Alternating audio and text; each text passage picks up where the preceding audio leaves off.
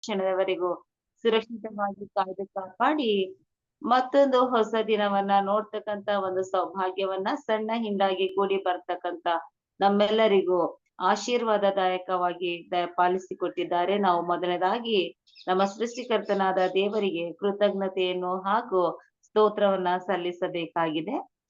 ಕನ್ನಡ ಅಂತಾರಾಷ್ಟ್ರೀಯ ಸಭಾಶಾಲೆಯನ್ನು ನಾವು ಪ್ರಾರಂಭ ಮಾಡುವ ಮುಂಚಿತವಾಗಿ ಬೋಧಕರಾದ ಜಾನ್ಸನ್ ಶರಪ್ಪ ಅವರ ಜೊತೆಯಲ್ಲಿ ನಾವು ಪ್ರಾರ್ಥನೆಯನ್ನ ಮಾಡಿಕೊಳ್ಳುವ.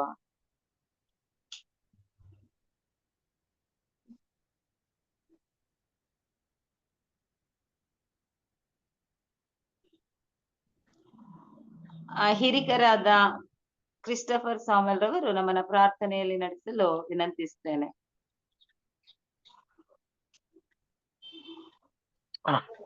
So let us pray.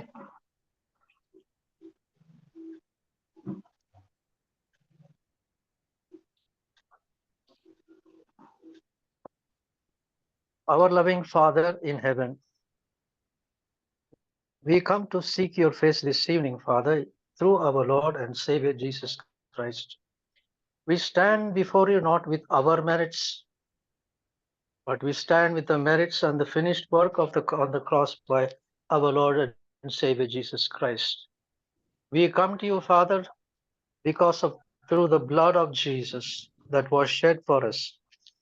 And today, Father, because of your Son Jesus, who you gave to us, who loved us, that we, and through him, we have become the righteousness of God. And I thank and praise you, Father, that whenever you see us, you see the righteousness of your Son Jesus in us, and you do not look at the past of our lives. Father, we thank you for the Holy Spirit who is now working in us. And Jesus was come in the form of the Holy Spirit and who is living in our spirit. And Jesus, our Lord, the resurrected Lord from the dead, who went into death, walked through death and came out of death, and death could not hold. And such as living Savior Jesus in us. We thank and praise you, Lord Jesus, for that. You are the life-giving Spirit. Lord Jesus, we want to thank you immensely and profusely from our heart. Because, oh Lord Jesus, your word says, the law of the Spirit of life of Jesus Christ is setting us free and delivering us free every second from the law of sin and death. We thank you, Lord Jesus, for the abundance of life. Now, Lord Jesus, express yourself through your revelation, through this today's discussion, Lord. And let our discussions, Lord, be not based on our abilities or our experience, but by being led by your Spirit, Lord. A revelation, a spirit of wisdom and spirit of revelation to know what exactly, Lord, you want to speak to us today evening. What exactly you want to do with our lives today. What is your purpose in bringing this manifestation of the life of Jesus in us? Lord, we are helpless. Anoint us, Lord. Infuse us your faith in us, the faith in the Son of God, so that we might stand strong, that we might experience your presence today. And in the presence, Lord, we will be filled with joy and be satisfied with the word of God. We ask you, Father, to anoint each and every person who has come for the Zoom meeting. And we pray, Father, that their wisdom and understanding will be opened, so that we will have understanding, better revelations from your word, Lord, this evening. Bless the pastor who is going to lead this. Bless the person who is going to discuss with this. Lord, fill us with your spirit to understand deeper things of you. We give you the praise. We give you the glory, my Father. In Jesus' name I pray. Amen and amen and amen. ನಮ್ಮನ್ನು ಪ್ರಾರ್ಥನೆಯಲ್ಲಿ ಮುನ್ನಡೆಸಿದ ಸಹೋದರರಿಗೆ ಧನ್ಯವಾದಗಳನ್ನ ಸಲ್ಲಿಸುವಂತೊಳಗಿದ್ದೇನೆ. ಈ ಸಮಯದಲ್ಲಿ ಬೋಧಕರಾದ M ರಾಜ್ರವರು ಒಂದು ವಿಶೇಷ ಗೀತೆಯನ್ನ ಹಾಡುವಂತವರಾಗಿದ್ದಾರೆ. ವಂದನೆಗಳು ಸಹೋದರಿ.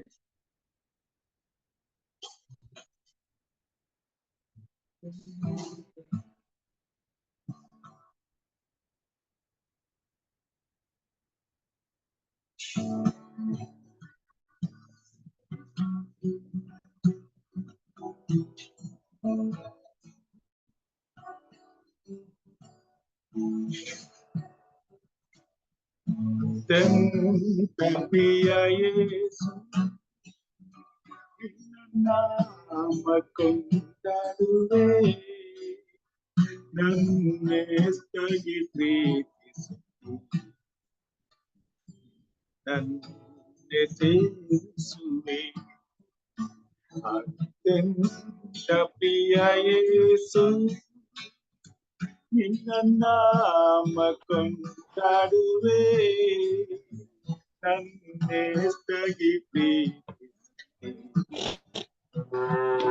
ನನ್ನೆ ಸೇರಿಸುವೆ ದೇವಾದಿ ದೇವನಾಗಿ ಸರ್ವವೈಭವದೊಳಸಿಸಿದಿ ದೇವದೂತರು ಕೊಂಡಾಡಿದಾಗ್ಯೂ ನಂಗಾಗಿ ತ್ಯಜಿಸಿ ಬಂದು ದೇವಾದಿ ದೇವನಾಗಿ ಸರ್ವವೈಭವದೊಳಸಿಸಿದಿ ದೇವದೂತರು ಕೊಂಡಾಡಿದಾಗ್ಯೂ ನಂಗಾಗಿ ತ್ಯಜಿಸಿ ಬಂದಿ ಅತ್ಯಂತ ಪ್ರಿಯ ಯೇಸು ನಿನ್ನ ನಾಮ ಕೊಂಡಾಡುವೆ ನನ್ನೆಷ್ಟಾಗಿ ಪ್ರೀತಿಸು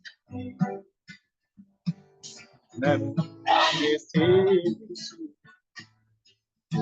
ಮಾನವರು ಮಮತಾಲಿ ಕಷ್ಟ ಸಂಕಟ ಹಿಂಸೆಯನ್ನು ಎಷ್ಟಾಗಿ ಹಸಿದು ಬಾಯಾದಿ ನಂಗಾಗಿ ತಾಳಿಕೊಟ್ಟಿ ಮಾನವರು ಮಮತಾಲಿ ಕಷ್ಟ ಸಂಕಟ ಹಿಂಸೆಯನ್ನು ಎಷ್ಟಾಗಿ ಹಸಿದು ಬಾಯಾರಿ ನಂಗಾಗಿ ತಾಳಿ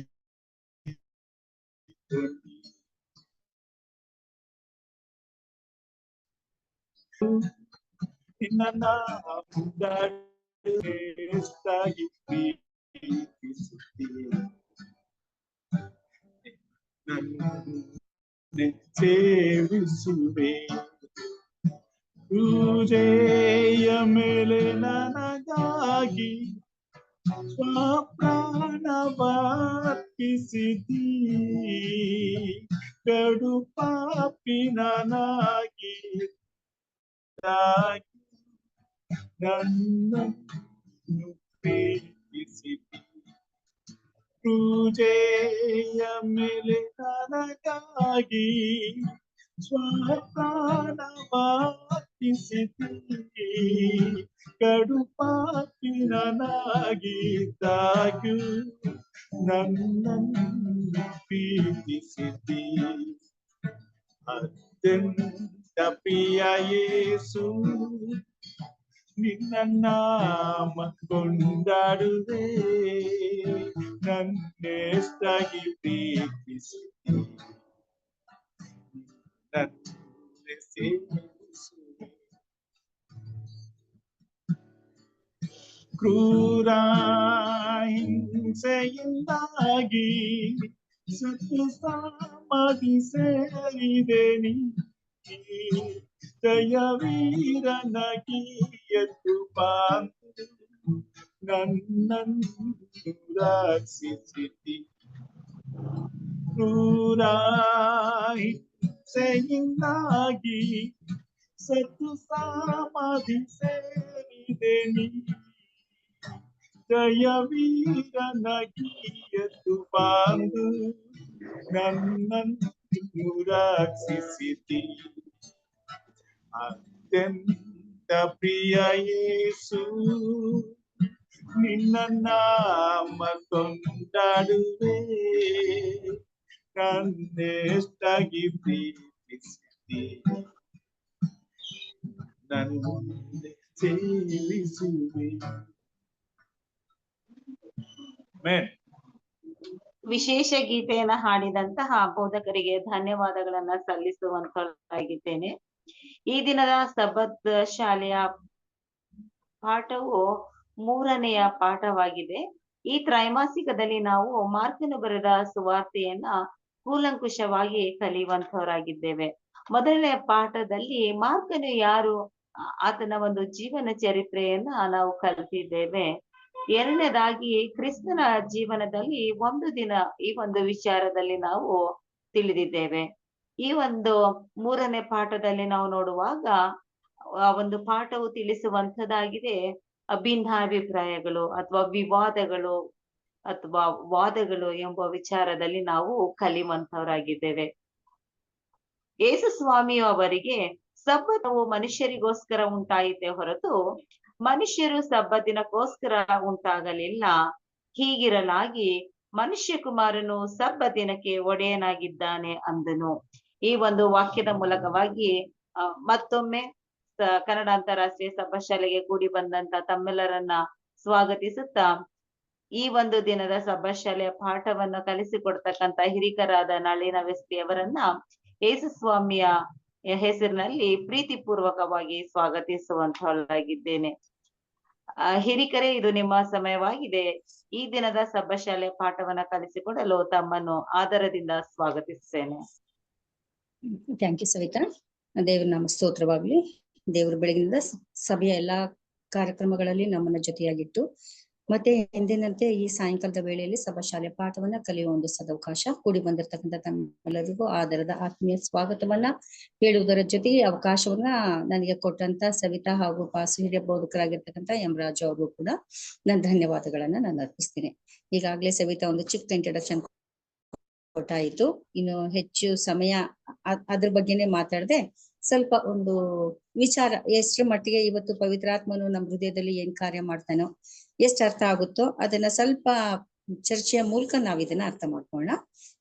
ಹೇಳಿದ ಹಾಗೆ ಈ ದಿನದ ಪಾಠದ ಒಂದು ಶೀರ್ಷಿಕೆ ಭಿನ್ನಾಭಿಪ್ರಾಯಗಳು. ಇದನ್ನ ಬರೆದಂತ ವ್ಯಕ್ತಿ ಜಾನ್ ಮಾರ್ಕನು ಎಷ್ಟು ಭಯವನ್ನ ಪಟ್ಟಂತ ಒಬ್ಬ ವ್ಯಕ್ತಿ. ನಂತರ ಅವನು ಹೇಗೆ ತರಬೇತಿಯನ್ನ ಬಾರ್ನಬನ ಜೊತೆಯಲ್ಲಿದ್ದು ತರಬೇತಿಯನ್ನ ಹೊಂದಿದ ನಂತರ ಯಾವ ರೀತಿಯಲ್ಲಿ ಆತನು ಯೇಸು ಕ್ರಿಸ್ತನ ಶಿಷ್ಯನನ್ನ ಹಿಂಬಾಲಿಸ್ತಾ ಯೇಸು ಕ್ರಿಸ್ತನು ಮಾಡಿರ್ತಕ್ಕಂಥ ಅದ್ಭುತ ಕ್ರಿಯೆಗಳನ್ನ ಅವನು ಹೇಗೆ ಇವತ್ತು ನಮ್ಗೆ ಪಾಠದ ರೂಪದಲ್ಲಿ ಕೊಟ್ಟಿದ್ದಾನೆ ಅನ್ನೋದನ್ನ ನಾವು ಸ್ವಲ್ಪ ಹೊತ್ತು ಅರ್ಥ ಮಾಡ್ಕೊಳ್ಳೋಣ. ಇವತ್ತು ಭಿನ್ನಾಭಿಪ್ರಾಯಗಳು, ಭಿನ್ನವಾದ ಒಂದು ಅಭಿಪ್ರಾಯಗಳು, ಬೇರೆ ಬೇರೆಯ ಅಭಿಪ್ರಾಯಗಳು. ಯಾವುದೋ ಒಂದು ವಿಚಾರವನ್ನ ನಾವುಗಳು ನಮ್ಮದೇ ಆದ ರೀತಿಯಲ್ಲಿ ನಾವು ಹೇಗೆ ಅರ್ಥ ಮಾಡ್ಕೊಳ್ತೀವೋ ಹಾಗೆ ಇನ್ನೊಬ್ರು ಅದೇ ವಿಚಾರವನ್ನ ಅವ್ರದೇ ಆದ ರೀತಿಯಲ್ಲಿ ಹೇಗೆ ಅರ್ಥ ಮಾಡ್ಕೊಳ್ತಾರೋ ಇದನ್ನ ನಾವು ಭಿನ್ನಾಭಿಪ್ರಾಯಗಳು ಅಂತ ಹೇಳ್ತೀವಿ. ಉದಾಹರಣೆಗೆ ಇಲ್ಲಿ ಸ್ಮರಣ ವಾಕ್ಯನೇ ಕೂಡ ಹೇಳ್ತಾ ಇದೆ. ಇವತ್ತು ಯೇಸು ಕ್ರಿಸ್ತನು ಇದನ್ನ ಪರಿಸಾಯರಿಗೆ ಹೇಳಿದಂತ ಒಂದು ಮಾತು. ಮತ್ತೊಂದ್ಸರಿ ಇದನ್ನ ಹೋಗ್ತೀನಿ. ಯೇಸು ಸ್ವಾಮಿಯು ಅವರಿಗೆ ಸಬ್ಬತ್ತಿನವು ಮನುಷ್ಯರಿಗೋಸ್ಕರ ಉಂಟಾಯಿತೇ ಹೊರತು ಮನುಷ್ಯರು ಸಬ್ಬತ್ತಿನಕ್ಕೋಸ್ಕರ ಉಂಟಾಗಲಿಲ್ಲ. ಹೀಗಿರಲಾಗಿ ಮನುಷ್ಯ ಕುಮಾರನು ಸಬ್ಬತ್ತಿನಕ್ಕೆ ಒಡೆಯನಾಗಿದ್ದಾನೆ. ಇದು ಪರಿಸಾಯರು ಸಬ್ಬತ್ತಿನ ವಿಚಾರದಲ್ಲಿ ಅರ್ಥ ಮಾಡಿಕೊಂಡಂತ ರೀತಿ. ನಾವು ಅವರನ್ನ ಈ ಸಂದರ್ಭದಲ್ಲಿ ನಾನು ಅವರು ಮಾಡ್ತಕ್ಕಂಥದ್ದು ತಪ್ಪು ಅಂತ ಹೇಳಿಕ್ಕೆ ಇಷ್ಟಪಡೋದಿಲ್ಲ. ಯಾಕೆಂದ್ರೆ ಅವರು ತಲೆಮಾರಿನಿಂದ ಕಾಲಕ್ಕೆ ಅವರ ಪಿತೃಗಳು ಕಲಿಸಿಕೊಟ್ಟಂತ ಈ ಒಂದು ಆಚರಣೆಗಳು ಅಥವಾ ದೇವರು ಆರಿಸ್ಕೊಂಡಂತ ಜನಾಂಗ ಹೇಗಿರ್ಬೇಕು ಅಂತಕ್ಕಂಥದನ್ನ ಅವ್ರು ಹೇಗೆ ಕಲಿಸಿದ್ರು ಆ ಹಾದಿಯಲ್ಲೇ ಬಂದಿದ್ರು.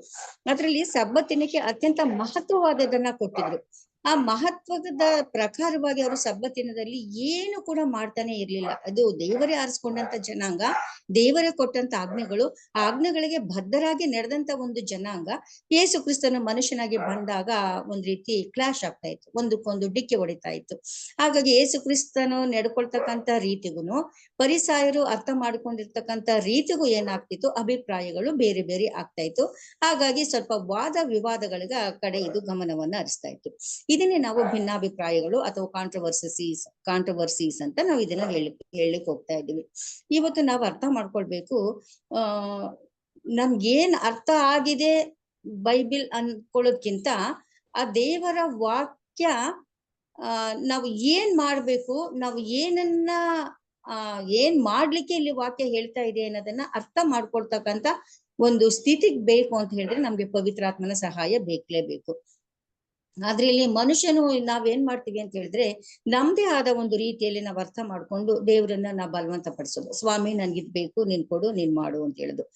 ಒಂದು ವಿಚಾರವನ್ನ ನಾನು ಇಲ್ಲಿ ಹೇಳಲಿಕ್ಕೆ ಇಷ್ಟಪಡ್ತಾ ಇದ್ದೀನಿ. ಮನುಷ್ಯನಲ್ಲಿರ್ತಕ್ಕಂಥ ಯಾವುದೇ ಒಂದು ಇಂಟೆಲಿಜೆನ್ಸ್ ಅಥವಾ ಒಂದು ಜ್ಞಾನ ಆಗಿರ್ಬೋದು, ಅವನ ತಿಳುವಳಿಕೆ ಆಗಿರ್ಬೋದು, ಅವನ ವಿವೇಕ ಆಗಿರ್ಬೋದು, ಅದೆಲ್ಲವೂ ಕೂಡ ದೇವರ ಮುಂದೆ ಫೂಲಿಶ್ ಅಂತಾನೆ ನಾನು ಹೇಳಲಿಕ್ಕೆ ಇಷ್ಟಪಡ್ತೀನಿ. ಏಕೆಂದ್ರೆ ಅದೊಂದು ಮೂರ್ಖತನ. ನನ್ಗೆಲ್ಲವೂ ಗೊತ್ತಿದೆ, ನನ್ಗೆ ಅರ್ಥ ಆಗ್ತಿದೆ ಅಂದ್ಕೊಳ್ತೀವಲ್ಲ, ಅದು ನಿಜವಾಗ್ಲೂ ಕೂಡ ಅದು ಒಂದು ನಮ್ಮನ್ನ ತಪ್ಪಾದ ಹಾದಿಗೆ ನೆಡ್ತಕ್ಕಂಥದ್ದು. ಇವತ್ತು ಯಾವುದೇ ಒಂದು ವಿಚಾರದ ಬಗ್ಗೆ ನಾವಿಲ್ಲಿ ಕೂತು ನಾವು ಚರ್ಚೆಯನ್ನ ಮಾಡುವಾಗ ಪವಿತ್ರಾತ್ಮನ ಅವ್ರಿಗೆ ತಿಳುವಳಿಕೆ ಕೊಟ್ಟಂತ ರೀತಿಯಲ್ಲಿ ಮಾತನಾಡುವಾಗೆ ಇದು ಎಷ್ಟರ ಮಟ್ಟಿಗೆ ಸರಿ, ಎಷ್ಟರ ಮಟ್ಟಿಗೆ ಸರಿ ಇಲ್ಲ, ದೇವರು ಇದನ್ನ ನಮ್ಗೆ ಏನನ್ನ ಹೇಳಲಿಕ್ಕೆ ಹೋಗ್ತಾ ಇದ್ದಾನೆ ಅಂತಕ್ಕಂಥದನ್ನ ವಾಕ್ಯವನ್ನ ಧ್ಯಾನ ಮಾಡುವುದರ ಮೂಲಕ ನಾವೇನ್ ಮಾಡ್ಬೇಕಾಗಿದೆ, ಅರ್ಥವನ್ನ ಮಾಡ್ಕೊಳ್ಬೇಕಾಗಿದೆ. ಇಲ್ಲ ಅಂತ ಹೇಳಿದ್ರೆ ಅವ್ರು ಹೇಳದೇ ಸರಿ ಇಲ್ಲ, ನಾನು ಹೇಳದೇ ಸರಿ ಅಂತಕ್ಕಂಥ ಒಂದು ಕಾಂಟ್ರವರ್ಸಿ ಅಂತಕ್ಕಂಥದ್ದು ಇಲ್ಲೇನೆ ನಮ್ಮಗಳ ಮಧ್ಯದಲ್ಲಿ ಇಲ್ಲಿ ಪ್ರಾರಂಭ ಆಗ್ಲಿಕ್ಕೆ ಹೋಗ್ತಾ ಇದೆ. ಹಾಗಾಗಿ ಫಸ್ಟ್ 2 ಪ್ರಶ್ನೆಗಳನ್ನ ಹಾಕೊಳ್ಳೋಣ.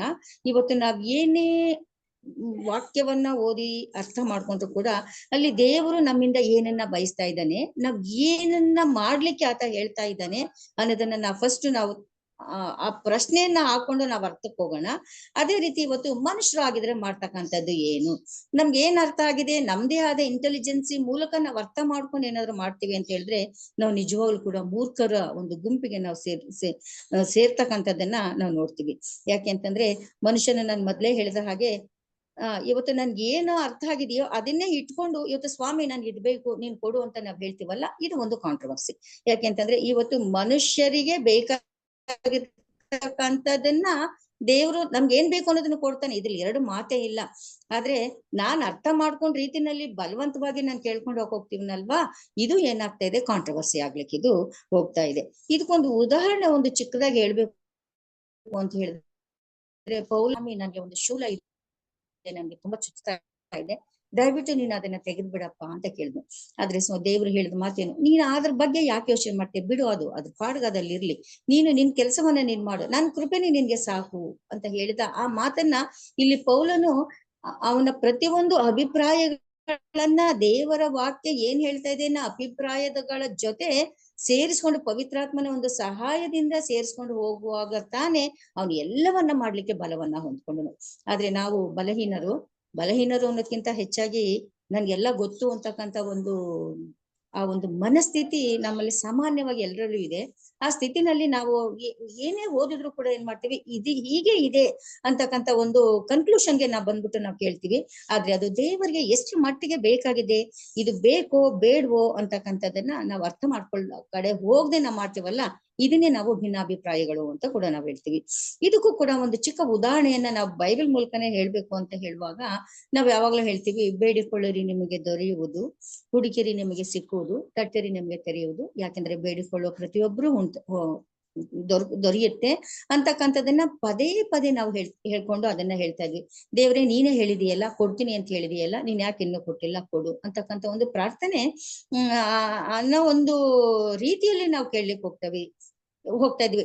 ಅದೇ ಆ ಸಾಮ್ಯದಲ್ಲೂ ಕೂಡ ಮುಂದೆ ಬರುವಾಗ ಇಲ್ಲಿ ಹೇಳ್ತಾ ಇದೆ, ಇವತ್ತು ಒಬ್ಬ ತಂದೆ ಆದವನು ಮೀನು ಕೇಳೋ ಮಗನಿಗೆ ಮೀನ್ ಕೊಡದೆ ಹಾವನ್ ಕೊಡ್ತಾನಪ್ಪ, ಕೆಟ್ಟವರಾಗಿರೋ ನೀವು ನಿಮ್ ಮಕ್ಕಳಿಗೆ ಒಳ್ಳೆ ಪದಾರ್ಥಗಳನ್ನೇ ಕೊಡ್ತೀರಾ ಅಂತ ಹೇಳುವಾಗ ನನ್ನನ್ನು ಕೇಳ್ಕೊಳ್ಳೋ ಮಕ್ಕಳಿಗೆ ಸ್ವಾಮಿ ಹೇಳೋ ಮಾತು ಏನಪ್ಪಾ ಅಂತಂದ್ರೆ, ನಾನು ಒಳ್ಳೆಯ ನಿಮ್ಗೆ ಪವಿತ್ರಾತ್ಮ ವರವನ್ನ ನಾನು ಕೊಡೋದಿಲ್ವೇ ಅಂತಕ್ಕಂಥ ಒಂದು ವಿಚಾರ ಇದೆಯಲ್ಲ, ಇದರ ಕಡೆ ನಾವು ಗಮನ ಕೊಡಲ್ಲ. ಇವತ್ತು ಪವಿತ್ರಾತ್ಮನ ಒಂದು ಕೆಲಸ ಏನು, ಪವಿತ್ರಾತ್ಮನು ನಮ್ಗೆ ಒಳ್ಳೇದು ಯಾವುದು, ಸರಿ ಯಾವುದು, ಈ ಸಂದರ್ಭದಲ್ಲಿ ನಾವು ಕೇಳ್ತಕ್ಕಂಥ ಪ್ರಾರ್ಥನೆ ಅಗತ್ಯ ನನ್ಗೆ ಇದೆಯಾ, ಇದು ಎಷ್ಟರ ಮಟ್ಟಿಗಿದೆ, ಇದು ಬೇಕೋ ಬೇಡವೋ ಅಂತಕ್ಕಂಥ ಒಂದು ಆಲೋಚನೆ ಮಾಡದೆ ನಾವು ಕೊಡು ಅಂತ ಹೇಳ್ತೀವಲ್ಲ, ಇದನ್ನ ನಾವು ಕಾಂಟ್ರವರ್ಸಿ ಅಂತ ಕೂಡ ನಾವು ಇದನ್ನ ಹೇಳಲಿಕ್ಕೆ ಸಾಧ್ಯ ಆಗ್ತಾ ಇದೆ. ಯಾಕೆ ಅಂತ ಹೇಳಿದ್ರೆ, ಈ ಮನುಷ್ಯನ ಒಂದು ತಿಳುವಳಿಕೆ, ಆತನ ಒಂದು ಜ್ಞಾನ, ಅದನ್ನ ಹಾಕಿ ತಮ್ಮದೇ ಆದ ರೀತಿಯಲ್ಲಿ ನಾವ್ ಅರ್ಥ ಮಾಡ್ಕೊಂಡಿರ್ತಕ್ಕಂಥ ರೀತಿಯಲ್ಲಿ ನಾವು ಮಾತಾಡ್ತಕ್ಕಂಥದ್ದು, ದೇವರಿಗೆ ಬೇಕೋ ಬೇಡವೋ ಅನ್ನೋ ಆಲೋಚನೆಯನ್ನ ಬಿಟ್ಟು ನಾವು ಮಾಡ್ತಕ್ಕಂಥದ್ದನ್ನೇ ಈ ಭಿನ್ನಾಭಿಪ್ರಾಯಗಳು ಅಂತ ಹೇಳ್ತೀವಿ. ಇನ್ನು ಒಂದು ಉದಾಹರಣೆಯನ್ನ ತೆಗೆದುಕೊಳ್ಬೇಕು ಅಂತ ಹೇಳಿದ್ರೆ, ಪರಿಸಾಯರು. ನಾವ್ ಇವಾಗ್ಲೇ ಹೇಳಿದ್ವಿ, ಸಬ್ಬತ್ ದಿನದಲ್ಲಿ ಸ್ಮರಣ ವಾಕ್ಯಲ್ಲಿ ಬಂದಂತ ರೀತಿಯಲ್ಲಿ ಸಬ್ಬತ್ ದಿನದಲ್ಲಿ ಯೇಸುವಿನ ಶಿಷ್ಯರು ಆ ಹೊಲದಲ್ಲಿ ಪೈರುಗಳನ್ನ ತಿಂತಾ ಇದ್ರು. ಅದನ್ನ ನೋಡಿದ ತಕ್ಷಣ ಪಾಪ ಅವ್ರು ನಿಜಕ್ಕೂ ಕೂಡ ಕಷ್ಟ ಆಯ್ತು, ಇದೇನಿದು, ಯೇಸು ಕ್ರಿಸ್ತನನ್ನ ಯೇಸುವನ್ನ ಹಿಂಬಾಲಕರಾಗಿರ್ತಕ್ಕಂತ ಇವ್ರುಗಳು ಇವತ್ತು ಸಬ್ಬತ್ತನ್ನ ಅಲಕ್ಷ್ಯ ಮಾಡ್ತಾ ಇದ್ದಾರೆ, ಸಬ್ಬತ್ತಿಂದಲ್ಲಿ ಮಾಡಬಾರ್ದ ಕೆಲಸವನ್ನ ಮಾಡ್ತಾ ಇದಾರಲ್ಲ ಅಂತ ಹೇಳಿದಾಗ ಹೇಳೋ ಒಂದು ಸಂದರ್ಭವನ್ನ ಕೂಡ ನಾವು ನೋಡ್ತಾ ಇದ್ದೀವಿ. ಯಾಕೆಂತಂದ್ರೆ ಅವರು ನಾನ್ ಮೊದಲೇ ಹೇಳಿದ ಹಾಗೆ ತಲೆಮಾರಿನಿಂದನೂ ಕೂಡ ಅವರು ಸಬ್ಬತ್ತಿಗೆ ಅಂತ ಮಾನ್ಯತೆಯನ್ನ ಕೊಟ್ಟು 4 ಹೆಜ್ಜೆಯನ್ನ ಮುಂದೆ ಹಾಕ್ಲಿಕ್ಕೆ ಅವರು ವ್ಯಕ್ತಿಗಳು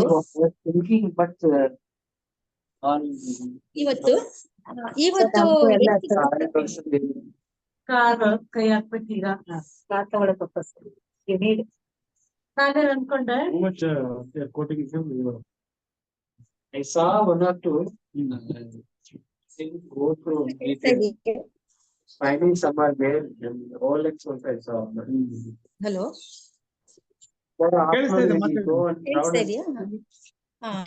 ಕೇಳಿಸ್ತಾ ಇದೆ ಮಾತಾಡಿ. ಓಕೆ ಓಕೆ ಕಾರ್ ಬಿಫೋರ್ ಅವನು ನಡೆದುಕೊಂಡಂತ ಒಂದು ರೀತಿಗೆ ಸಾಮಾನ್ ಬೇಕು ಎಲ್ಲ ಬ್ಯಾಗಲ್ಲಿ ಹಾಕಲ್ಲಿ ಒಂದು ಬೋಧಕರಾದ ಎಸ್ ಟಿ ಸಾಲಮನ್ ಹಂಗೆ ಮಾಡ್ಬೇಕು. ಕಾರ್ಯ ರೂಪದಲ್ಲಿ ಮಾಡಿ ಇವತ್ತು ಯೇಸು ಕ್ರಿಸ್ತನು ನಮ್ಮಲ್ಲಿ ಹುಡುಕತಕ್ಕಂಥದ್ದು ಏನು, ಕ್ಷಮಿಸಿ, ಇವತ್ತು ಪರಿಸಾಯರು ಏನ್ ಮಾಡಿದ್ರು, ಈ ಒಂದು ಸಬ್ಬತ್ತಿನ ಒಂದು ಸ್ಮರಣ ವಾಕ್ಯದ ಒಂದು ವಿಚಾರಕ್ಕೆ ನಾವು ಮತ್ತೆ ಬರುವಾಗೆ ಈ ಸಬ್ಬತ್ತಿನ ವಿಚಾರಕ್ಕೆ ಹೆಚ್ಚು ಆದ್ಯತೆಯನ್ನ ನೀಡಿ ಆ ಒಂದು ಇನ್ಫಾರ್ಮೇಶನ್ ಅಂತ ಹೇಳ್ತೀವಲ್ಲ, ಆ ಒಂದು ವಿಷಯವನ್ನ ತಲುಪಿಸಿದ್ರು. ಇವರು ಯಾಕೆ ಹಿಂಗ್ ಮಾಡ್ತಾ ಇದ್ದಾರೆ, ಸಬ್ಬತ್ತಲ್ಲಿ ಏನು ಮಾಡಬಾರ್ದು ಅಂತ ಹೇಳ್ತಾ ಇದೆ, ಈ ಯೇಸುವಿನ ಶಿಷ್ಯರು ಯಾಕೆ ಈ ರೀತಿ ಮಾಡಬಾರ್ದ ಕೆಲಸ, ಈ ಪೈರುಗಳನ್ನ ಕಿತ್ಕೊಂಡು ತೆನೆಗಳನ್ನ ಕಿತ್ಕೊಂಡು ಅವರು ತಿನ್ಕೊಂಡು ಹೋಗ್ತಾ ಇದಾರಲ್ಲ ಯಾಕೆ ಅಂತಕ್ಕಂಥ ಒಂದು ವಿಚಾರವನ್ನ ಇಲ್ಲಿ ಮಾಡಿದ್ರು. ಆದ್ರೆ ಯೇಸು ಕ್ರಿಸ್ತನು ನಿಜವಾಗಿಯೂ ಕೂಡ ಆ ಒಂದು ಸಬ್ಬತ್ತಿನ ದಿನದಲ್ಲಿ ಬೇಕಾಗಿರ್ತಕ್ಕಂಥ ಒಂದು ಮಾರ್ಪಡುವಿಕೆ, ನಾವು ಟ್ರಾನ್ಸ್ಫಾರ್ಮೇಶನ್ ಅಂತ ಹೇಳ್ತೀವಲ್ಲ, ಆ ಟ್ರಾನ್ಸ್ಫಾರ್ಮೇಶನ್ ಕಡೆ ಹೋಗೋದನ್ನ ಇಲ್ಲಿ ಯೇಸು ಕ್ರಿಸ್ತನ ಇಲ್ಲಿ ತೋರಿಸಿದ್ನು. ಅರ್ಥವಾಗದ ಜನಾಂಗ ಇಲ್ಲಿ ಏನಾಯ್ತು, ಆ ಒಂದು ಭಿನ್ನಾಭಿಪ್ರಾಯಕ್ಕೆ ವಾದ ವಿವಾದಕ್ಕೆ ಇಲ್ಲಿ ಈಡೇರ್ತು. ಇದು ಕೇವಲ ಅಂದು ನಡೆದಂತ ಘಟನೆ ಅಂತ ಹೇಳ್ತೀವ, ಆದ್ರೆ ಇವತ್ತು ಸಭೆ ಇದನ್ನೇ ಕೂಡ ಇಲ್ಲಿ ಮಾಡ್ತಾ ಇರ್ತಕ್ಕಂಥದ್ದು. ಇವತ್ತು ಯಾವುದೇ ಒಂದು ವಿಚಾರ ಬಂದಾಗ್ಲೂ ಒಂದು ಚೌಕಟ್ಟಿನ ಒಳಗಡೆ ನಾವು ಇಟ್ಕೊಳ್ತೀವಿ. ಇವತ್ತು ಇಲ್ಲಿ ಸಬ್ಬತ್ತಿನ ವಿಚಾರ ಕೊಡ್ಸೋದ್ರಿಂದ ನಾನು ಅದೇ ವಿಚಾರದ ಬಗ್ಗೆ ನಾನು ಮಾತಾಡ್ಲಿಕ್ಕೆ ಇಷ್ಟಪಡ್ತೀನಿ. ಇವತ್ತು ಸಭೆ ಕೂಡ ಏನ್ ಮಾಡ್ತಾ ಇದೆ, ಒಂದು ಸಮಯ ಇಷ್ಟ ಗಂಟೆಗೆ ಶುರು ಆಗ್ಬೇಕು, ಇಷ್ಟ ಗಂಟೆಗೆ ಮುಗಿಬೇಕು ಅಂದ್ರೆ ಕರೆಕ್ಟ್. ನಾನು ಆ ಒಂದು ಕ್ರಮಬದ್ಧತೆಯನ್ನು ಇಲ್ಲಿ ಖಂಡಿತವಾಗ್ಲೂ ನಾನು ಗಳಿತಾ ಇಲ್ಲ. ಆದ್ರೆ ಬರದೇ ಇರ್ತಕ್ಕಂತ ಒಂದು ವ್ಯಕ್ತಿಯ ಕಡೆ ಒಂದು ದೃಷ್ಟಿಯನ್ನ ಇಟ್ಟು, ಯಾಕೆ, ಏನಾಯ್ತು, ಅವ್ರ ಪರಿಸ್ಥಿತಿ ಏನಿದೆ, ಅಥವಾ ಏನ್ ಮಾಡ್ಬೇಕು ಅಂತಕ್ಕಂಥ ಆಲೋಚನೆಯನ್ನ ಮಾಡದೆ ಅವ್ರು ಬರ್ಲಿಲ್ಲ, ಅವ್ರಿಗೆ ಆಶೀರ್ವಾದವಿಲ್ಲ, ಕರೆಕ್ಟ್ ಆಗಿ ಬಂದ್ರಿ, ಇವತ್ತು ದೇವ್ರು ಸಂತೋಷ ಪಟ್ನು, ದೇವ್ರಿಗೆ ಆಶೀರ್ವಾದ, ದೇವ್ರು ನಮ್ಗೆ ಇವತ್ತು ಆಶೀರ್ವಾದ ಕೊಟ್ಟಿದ್ದಾನೆ ಅಂತಕ್ಕಂಥದ್ದು ಎಷ್ಟು ಮಟ್ಟಿಗೆ ಸರಿ? ಇದು ಇಲ್ಲಿಯೇ ನಮ್ಮಲ್ಲಿಯೇ ನೆಡ್ತಕ್ಕಂಥ ಒಂದು ವಾದ ವಿವಾದ ಅಥವಾ ಒಂದು ಭಿನ್ನಾಭಿಪ್ರಾಯಗಳು ಇಲ್ಲ ಆಗಿದೆ. ಅವತ್ತು ಕೂಡ ಈ ಪರಿಸಾಯರು, ಶಾಸ್ತ್ರಿಗಳು, ಇವರೆಲ್ಲರೂ ಕೂಡ ನಮ್ಗೆ ಥೋರಾ ಅಂತಕ್ಕಂಥ ಗ್ರಂಥ ಇದೆ, ದೇವರು ಆರಿಸ್ಕೊಂಡಂತ ಒಂದು ಜನಾಂಗ, ನಾವು ಹೀಗೆ ನಡೀತಾ ಇದೀವಿ, ನಾವ್ ಹೀಗೆ ಹೋಗ್ಬೇಕು ಅಂತ ಹೇಳ್ಕೊಳ್ತಾ ಇದ್ರು. ಇವತ್ತು ಕೂಡ ನನ್ಗೆ ಒಳ್ಳೆ ತಿಳುವಳಿಕೆ ಇದೆ, ಜ್ಞಾನ ಇದೆ, ನಾನು ಬಹಳ ಸುಂದರವಾದ ರೀತಿಯಲ್ಲಿ ನಾನು ಎಲ್ಲ ವಿವರಣೆಯನ್ನ ಕೊಡ್ಬೋದು, ನನಗೆ ಗೊತ್ತು ಅಂತಕ್ಕಂಥ ಒಂದು ಭಾವನೆಯಿಂದ ಇಲ್ಲಿ ದೇವರು ಆ ವಿಚಾರದಲ್ಲಿ ಏನ್ ಹೇಳ್ತಾ ಇದ್ದಾನೆ ಅಂತ ಅರ್ಥ ಮಾಡ್ಕೊಳ್ದೆ ಮಾತಾಡ್ತೀವಲ್ಲ, ಇದನ್ನೇ ನಾವು ಕಾಂಟ್ರವರ್ಸಿ ಅಂತ ಹೇಳಲಿಕ್ಕೆ ಇಲ್ಲಿ ಸಾಧ್ಯ ಆಗ್ತಾ ಇದೆ. ಇಲ್ಲಿ ಈ ಒಂದು ವಿಚಾರದಲ್ಲಿ ಕೂಡ ಈ ಮಾರ್ಕನ ಒಂದು ಸುವಾರ್ತೆ 2ನೇ ಅಧ್ಯಾಯ ಮತ್ತೆ 3 ಹಾಗೂ 1ರಿಂದ 6ನೇ ವಚನದಲ್ಲಿ ಕೂಡ ಸುಮಾರು 5 ಸಾಮ್ಯಗಳನ್ನ ಇಲ್ಲಿ ಕೊಟ್ಟಿದ್ದಾರೆ. ಈ ಸಾಮ್ಯಗಳು ಒಂದಕ್ಕೆ ಒಂದು ಜೋಡಣೆಯಾಗಿ ಹೋಗ್ತಾ ಇದೆ. ಈ ಜೋಡಣೆಯಲ್ಲಿ ಮೊದಲನೇದಾಗಿ ಇಲ್ಲಿ ನಾವು ಪಾರ್ಶ್ವವಾಯು ರೋಗಿಯ ಬಗ್ಗೆ, ಇದು ಯಾವುದು ಕೂಡ ನಾನು ಇವತ್ತು ಟಚ್ ಮಾಡ್ತಾ ಇಲ್ಲ. ಅಂದ್ರೆ ಇಷ್ಟು ವಿಚಾರಗಳನ್ನ ನಾವು ಮುಂದಿನ ದಿನಗಳಲ್ಲಿ ನಾವು ವಿವರವಾಗಿ ಹೇಗೆ ಇಲ್ಲಿ ಭಿನ್ನಾಭಿಪ್ರಾಯಗಳು ಹುಟ್ಕೊಳ್ತು, ಯೇಸು ಕ್ರಿಸ್ತನಿಗೂ ಅಂದಿನ ಆ ಜನರಿಗೂ ಕೂಡ ಹೇಗೆ ಭಿನ್ನಾಭಿಪ್ರಾಯಗಳು ಹುಟ್ಕೊಳ್ತು ಅನ್ನೋದನ್ನ ಹೇಳಲಿಕ್ಕೆ ಜಸ್ಟ್ ಈ ಸಾಮ್ಯಗಳನ್ನ ನಾನು ಹೇಳಲಿಕ್ಕೆ ಹೋಗ್ತೀನಿ. ಆ ಪಾರ್ಶ್ವವಾಯು ರೋಗಿಯನ್ನ ಸ್ವಸ್ಥಪಡಿಸಿದಂತ ಒಂದು ಘಟನೆ, ಮತ್ತೆ ಯೇಸು ಕ್ರಿಸ್ತನ ಶಿಷ್ಯರು ಯಾಕೆ ಉಪವಾಸ ಮಾಡೋದಿಲ್ಲ ಅಂತ ಹೇಳಿ ಅಪಾದನೆಯನ್ನ ಮಾಡ್ತಕ್ಕಂಥ ಒಂದು ಘಟನೆ, ಸ್ವಾಮಿ ಈ ಒಂದು ಪಾಪಿಗಳ ಸಂಗಡ ಅಥವಾ ಭ್ರಷ್ಟರು ಕೂಡ ಊಟ ವಿಚಾರವನ್ನ ಮಾಡ್ತಾ ಇದ್ದಾರಲ್ಲವ. ಯಾಕೆಂದ್ರೆ ಆ ಜನಾಂಗ ಅಲ್ಲಿ ಸೇರ್ತಾ ಇರ್ಲಿಲ್ಲ. ಇವತ್ತು ಆ ಜನಾಂಗದಲ್ಲೇ ಹುಟ್ಟಿ ಬಂದಂತ ಕ್ರಿಸ್ತನು ಯಾಕೆ ಈ ತರ ಮಾಡ್ತಾ ಇದ್ದಾರೆ, ಸಬ್ಬತ್ತನ್ನ ಅಲ್ಲಗಳಿತಾ ಇದ್ದಾರಲ್ವಾ, ಸೇರ್ಬಾರ್ದೇ ಇರೋ ಜೊತೆ ಸೇರ್ತಾ ಇದ್ದಾರಲ್ವಾ ಅಂತಕ್ಕಂತ ಒಂದು ವಿಚಾರದಲ್ಲಿ ಬಂದಂತ ಒಂದು ಭಿನ್ನಾಭಿಪ್ರಾಯಗಳು. ಹಾಗೂ 4ನೇದಾಗಿ ಹಳೆಯ ಬದಲಿಗಳಲ್ಲಿ ಹೊಸ ದ್ರಾಕ್ಷವನ್ನ ರಸವನ್ನ ಹಾಕಿದರೆ ಅದು ಎರಡೂ ಕೂಡ ಹೇಗೆ ಕೆಟ್ಟೋಗುತ್ತೆ ಅನ್ನೋ ವಿಚಾರದ ಮೂಲಕ ದೇವರು ಜನಾಂಗಕ್ಕೆ ಎಚ್ಚರಿಕೆಯನ್ನ ಕೊಟ್ಟದು. ಕೊನೆಯದಾಗಿ ಈ ಒಂದು ಸಬ್ಬತ್ತಿನ ಒಂದು ದಿನದಲ್ಲಿ ಕೈ ಬತ್ತಿ ಹೋಗಿರ್ತಕ್ಕಂತ ಒಬ್ಬ ವ್ಯಕ್ತಿಯ ಆ ವ್ಯಕ್ತಿಯನ್ನ ಯಾವ ರೀತಿ ಸ್ವಸ್ಥ ಮಾಡಿದ್ನು ಅಂತಕ್ಕಂತ ಒಂದು ವಿಚಾರದಲ್ಲಿ ನಾವು ಮುಂದಿನ ದಿನಗಳಲ್ಲಿ ನಾವು ಇದನ್ನ ಕಲೀಲಿಕ್ಕೆ ನಾವು ಹೋಗ್ತಾ ಇದ್ದೀವಿ. ಇಲ್ಲಿ ಫರಿಸಾಯರು ಕೇವಲ ಆ ಒಂದು ಆಜ್ಞೆಯ ಚೌಕಟ್ಟಿನ ಒಳಗಡೆ ಬದುಕಿ ಮುಂದೆ ಬಂದಂತ ಜನಾಂಗಗಳಿಗೆ ನಿಜವಾದ ಆಜ್ಞೆಯ ಹಿಂದಿನ ಅರ್ಥ ಏನು ಅನ್ನೋದು ಮರ್ತು ಹೋಯ್ತು. ಕೇವಲ ನಾವು ಹಿಂಗೆ ಆಚರಣೆ ಮಾಡ್ಕೊಳ್ಬೇಕು, ಹೀಗೆ ಹೋಗ್ಬೇಕು, ಅದ್ರಲ್ಲಿ ಇತರರಿಗೆ ಕಷ್ಟ ಆಗ್ತಾ ಇದೆಯೋ ಅಥವಾ ಇದು ಸರಿ ಇದೆಯೋ ಅಥವಾ ದೇವರು ನಿಜವಾಗ್ಲೂ ಇದನ್ ಮಾಡ್ಲಿಕ್ಕೆ ಹೇಳಿದನೋ ಅಂತಕ್ಕಂತ ಒಂದು ಕಡೆ ಗಮನವನ್ನ ಹರಿಸದೆ ಅವ್ರ ಇನ್ಫಾರ್ಮೇಶನ್ ಅನ್ನ ಜನಾಂಗದಿಂದ ಜನಾಂಗಕ್ಕೆ ಕ್ಷಮಿಸಿ ಜನಾಂಗ ಅನ್ನೋದಕ್ಕಿಂತ ತಲೆಮಾರಿನಿಂದ ತಲೆಮಾರಿಗೆ ಏನ್ ಮಾಡ್ತಾ ಹೋದ್ರು, ಈ ಒಂದು ವಿಚಾರವನ್ನ ತುಂಬಿಸಿದ್ರು. ಅದೇ ಯೇಸು ಕ್ರಿಸ್ತನು ಬಂದಂತ ಸಂದರ್ಭದಲ್ಲಿ ಆ ಇನ್ಫಾರ್ಮೇಶನ್ ಅಂತಕ್ಕಂಥದನ್ನ ಇವಾಗ ನಾವ್ ಏನ್ ಮಾಡ್ಬೇಕು ಅಂತ ಇಲ್ಲಿ ಅವರು ಆ ವಿಚಾರವನ್ನ ಹೇಳ್ತಾ ಇದ್ರು. ಆ ವಿಚಾರದ ಮೂಲಕ ಅವರು ಕಾರ್ಯರೂಪದಲ್ಲಿ ಮಾಡಿ ಆ ಟ್ರಾನ್ಸ್ಫಾರ್ಮೇಶನ್ ಅನ್ನೋದನ್ನ ಇಲ್ಲಿ ತಗೊಂಡ್ ಬರ್ತಾ ಇದ್ರು. ಟ್ರಾನ್ಸ್ಫಾರ್ಮೇಶನ್ ಅಂತಂದ್ರೆ ಏನು? ಕಷ್ಟದಲ್ಲಿ ಈ ಸಬ್ಬತ್ತಿನ ಒಂದು ಆಚರಣೆ, ನಾವೆಲ್ಲರೂ ದೇವರ ಸೃಷ್ಟಿಗಳು,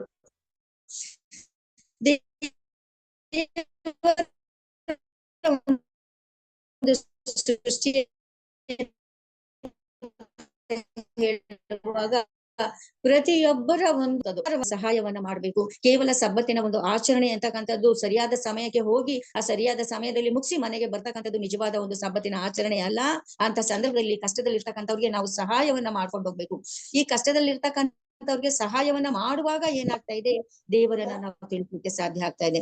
ಈ ದೇವರನ್ನ ತಿಳಿಸುವಂತಹ ಇತರರಿಗೆ ಯೇಸು ಕ್ರಿಸ್ತನ ಒಂದು ಅರಿವನ್ನ ಮೂಡಿಸುವಂತ ಒಂದು ಸದವಕಾಶ ಆ ಸಬ್ಬತ್ತಿನ ದಿನದಲ್ಲಿ ಇಲ್ಲಿ ಯೇಸು ಕ್ರಿಸ್ತನು ಮಾಡ್ಕೊಂಡು ಹೋದ್ರು.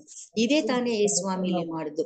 ಯೇಸು ಕ್ರಿಸ್ತನ ಹುಟ್ಟುವಿಗೆ ಸಬ್ಬತ್ತಿಗೆ ಆ ಮಾನ್ಯತೆಯನ್ನ, ಸಬ್ಬತ್ತಿಗೆ ಕೊಡುವ ಮಾನ್ಯತೆಗಿಂತ ಈ ಒಂದು ಆತ್ಮದ ರಕ್ಷಣೆಗೆ ಕೊಟ್ಟನೆ ಹೊರತು ಆತನ ಸಬ್ಬತ್ತನ್ನ ಯಾವತ್ತೂ ಕೂಡ ಅಲ್ಲಗಳಿಯಲ್ಲ, ಸಬ್ಬತ್ತನ್ನ ಮಾಡಬಾರ್ದು ಅಂತನೂ ಕೂಡ ಹೇಳಿರ್ಲಿಲ್ಲ. ಆದ್ರೆ ಸಬ್ಬತ್ ನಿಜವಾದ ಸಬ್ಬತ್ತಿನ ಅರ್ಥವನ್ನ ಕ್ರಿಯಾ ರೂಪದಲ್ಲಿ ಮಾಡಿ ಯೇಸು ಕ್ರಿಸ್ತನ ತೋರಿಸಿದ್ನು. ಅದ ಅರ್ಥವಾಗದ ಜನಾಂಗ ಇಲ್ಲಿ ಒಂದು ಭಿನ್ನಾಭಿಪ್ರಾಯಕ್ಕೆ ಒಳಪಡ್ತು. ಇವತ್ ಸಭೆನಲ್ಲೂ ಸಾಮಾನ್ಯವಾಗಿ ನಾವು ನೋಡ್ತಕ್ಕಂಥದ್ದು, ಯಾರು ಬರ್ಲಿ ಬಿಡ್ಲಪ್ಪ, ಕರೆಕ್ಟ್ ಟೈಮ್ ನಾನು ಶುರು ಮಾಡ್ತೀನಿ, ಕರೆಕ್ಟ್ ಟೈಮ್ ಮುಗಿಸ್ತೀನಿ, ಹಾಗಂತ ಸಮಯವನ್ನ ಬಿಟ್ಟು ಮಾಡಿ ಅಂತ ನಾನು ಇವತ್ತಿಗೂ ಕೂಡ ನಾನು ಹೇಳ್ತಾ ಇಲ್ಲ. ಆದ್ರೆ ನನ್ನ ಒಂದು ವಿಚಾರ ಅಂತ ಹೇಳುವಾಗ, ಯಾಕೆ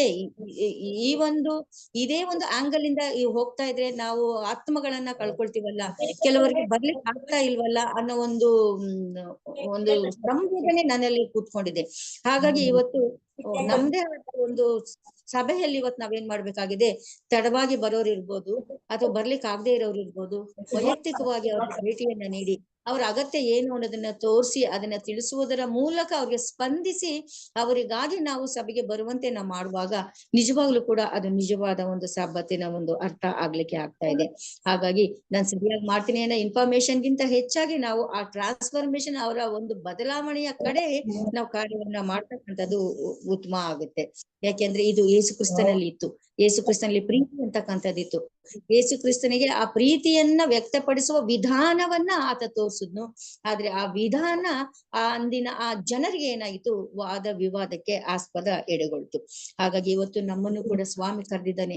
ನಾವೆಲ್ಲರೂ ಕೂಡ ಯೇಸು ಕ್ರಿಸ್ತನ ಶಿಷ್ಯರಾಗಿದ್ದೀವಿ. ನಾವು ಯೇಸು ಕ್ರಿಸ್ತನ ಶಿಷ್ಯರಾಗಿರ್ಬೇಕಾದ್ರೆ ಯೇಸು ಕ್ರಿಸ್ತನಲ್ಲಿ ಇದ್ದಂತ ಪ್ರೀತಿ ಇವತ್ತು ನಮ್ಮಲ್ಲಿ ಬೇಕಾಗಿದೆ.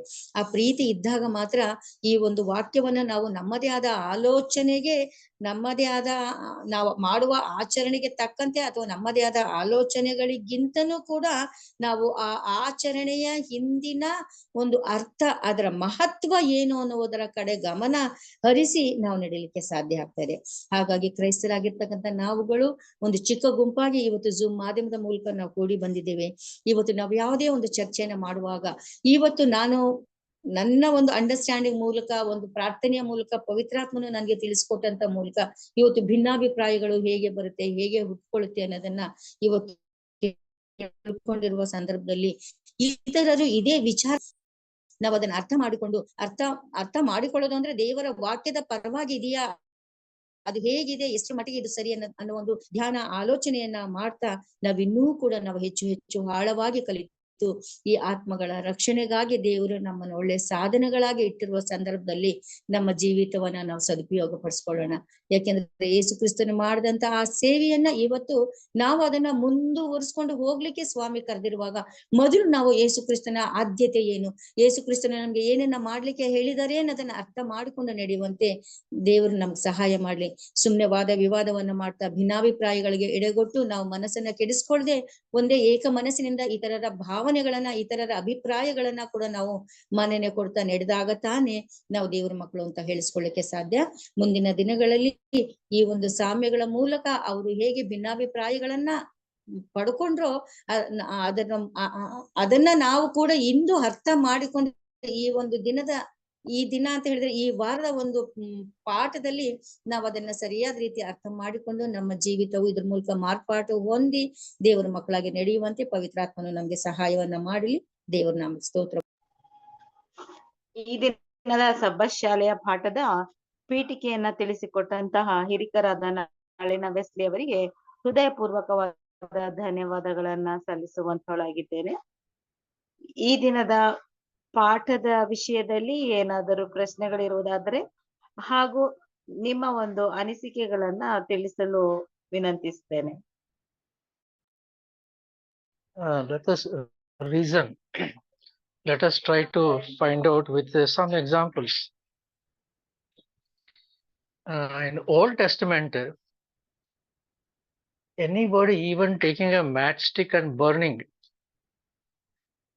on the Sabbath day, that person would be stoned to death.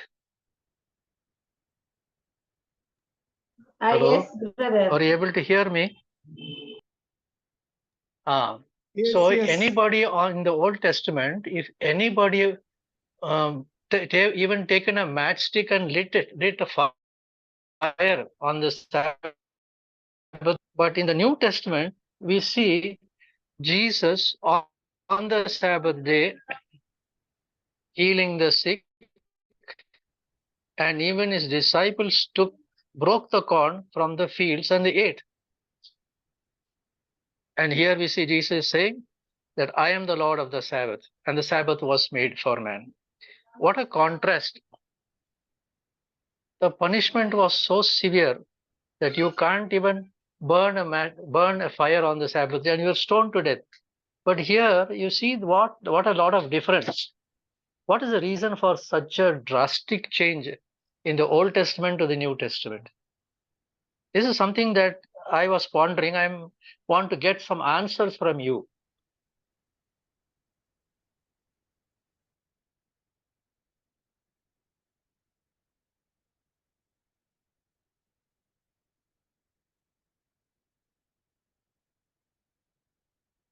Yeah. ಪ್ರಶ್ನೆ ಸಹೋದರರು ಅರ್ಥ ಆಗಿದೆ ಅನ್ಕೊಂಡಿದ್ದೇನೆ.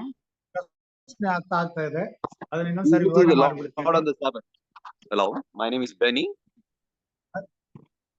Hello, Yes, yes, yes. can I answer? Jesus is the Lord on the Yes, Sabbath. please. When the Lord is there with you, you don't need. He himself is there. That's the difference. You got it? Hello, brother? Jesus is Lord on the Sabbath. You yourself said. So that is the reason in the New Testament, when Jesus was with them. You mean to say Jesus was not Lord of the Sabbath even in the Old Testament, though he was not No, he manifest was on the earth? He was present there among them. Now, how That's does the the rule drastically change from such severe punishment to no such punishments? For example, I mean to say, how a God of eternity who does not change watches over his word to perform it, and he's honored his word above his name. He says stoned to death, and here is something different. I will give you an example. Brother. Hello. Working in a company. Yeah. You're working in a company. Your boss makes the rule, right? He's the one who dictates the rules. Okay? And Yes, he can yes. break the rules. You don't have any say on that. When a boss makes the rules, 1, 2, 3, 4, 5, and he himself is there. If he breaks Yes. the rules, he's the boss. Boss is always right. See, Jesus said, You my agree? heaven and earth will pass away, but my words will not change. Yeah. Forever, God's word is written. It will not change even for eternity. Sir No, he's not changing sir word. Ceremonial ಆಯ್ತಲ್ಲ, ಈ ceremonial Moses time ಅಲ್ಲಿ ಅವ್ರು ಬಹಳ ಅದು severe ಇತ್ತದು. Even ಆ ಒಂದು system ಅನ್ನ follow ಮಾಡಕ್ ಆಗ್ತಾ ಇಲ್ಲ. ಅದಕ್ಕಾಗಿ ಯೇಸು ಸ್ವಾಮಿ ಅವರು ಚೇಂಜ್ ಮಾಡ್ಕೊಂಡು ಈ ಲೋಕಕ್ಕೆ ಬರಬೇಕಾಗಿತ್ತು ಆ ಸಿಸ್ಟಮ್ ಅನ್ನ. ಯಾಕಂದ್ರೆ ಆ ಲಾ ಬಹಳ ಆ ಸಮಯಕ್ಕೆ ತಕ್ಕಂತ ಜನರಿಗಿತ್ತು. But Jesus came down to change this system because already we said that ಅವ್ರ ಸಬ್ಬತ್ತಿಗೆ ಒಡೆಯನಾಗಿದ್ದಾನೆ. Sir told Benji easy cooking, sir told he is a master. He has authority to change. He made us easy. Otherwise, all will be dying. And ceremonial law very severe ittadu. I agree to you. I agree to you. The boss is always right. Yes. He changed the system. As brother said, ceremonial laws. Those ceremonial laws, the laws are given according to the time. Yes. That Correct. time is different, now is different. We cannot have the same law.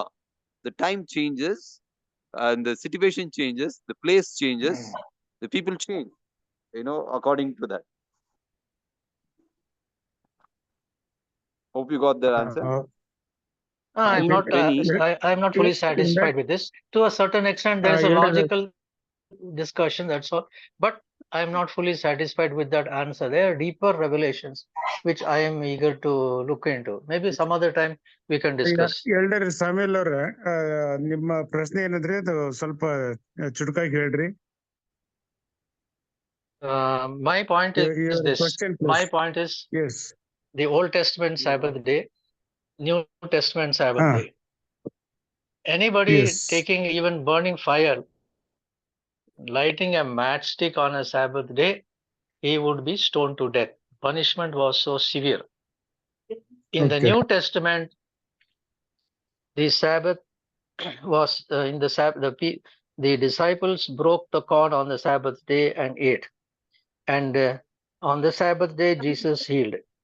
So, the Lord Jesus did wonderful things on the Sabbath day, right? But now, one more thing is, we have one thing that we should read. Jesus says, heaven and earth will pass away, but my words will not pass away.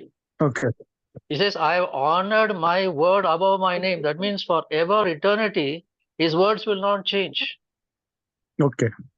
Okay. So the Sabbath is there. But here, the function, how you function on the Sabbath day is different from the Old to the New Testament. Yeah. Okay. Let me answer that.